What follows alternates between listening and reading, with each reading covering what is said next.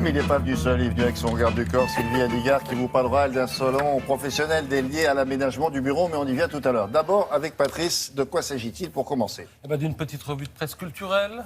Et on va commencer avec les dessinateurs du Canard enchaîné. Ah oui, c'est mercredi. Et oui, c'est mercredi. On parle beaucoup des affaires en ce moment. Bon, D'où ce dessin de Lefred Touron.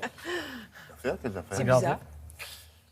Je n'ai pas vu le dessin. Ah ben, de Fred j'attends, Touron. moi aussi. Oui. Ah, vous l'attendez Ah, également, ben voilà. oui, d'accord. Tu emmènes Médor à l'Assemblée, demande-t-elle. Je l'ai fait embaucher comme chien de garde. C'est légal. Voilà ce qu'il répond. Dessin également de Bouzard. Vous savez qu'après la fusillade de Grasse, il est question d'installer des portiques à l'entrée des établissements scolaires. Et là, ça risque de faire un peu de bruit. Des appareils dentaires. D'accord. C'est drôle. Beaux-Arts maintenant. Et ça tombe bien que Sylvie Adigard soit avec nous. S'attarde sur la prolifération exponentielle. Qu'est-ce que c'est ça? C'est à Abu Dhabi, vous Ah allez oui. voir.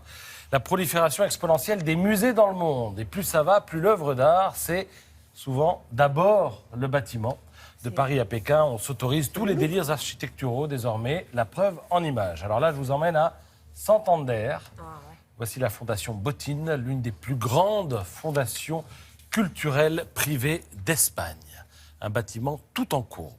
On a le nom des architectes pour voir si Alors, on a le nom des parmi eux, il y a architectes. des Français. Il y en a est- Comme ça, je pourrais y quelques-uns. aller. Comment? Comme ça, je pourrais y aller. On va voir.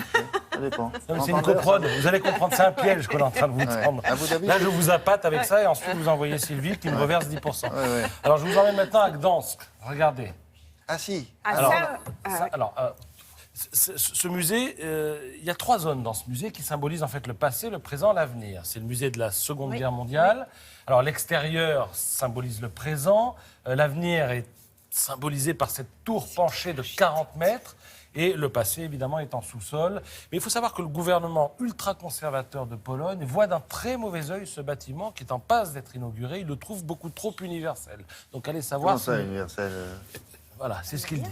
Il paraît que son universalité gêne le gouvernement Universel. pro-conservateur, ultra-conservateur même. Et voilà, il est un peu remis en cause. J'espère que le gouvernement n'ira pas au bout de sa mauvaise idée.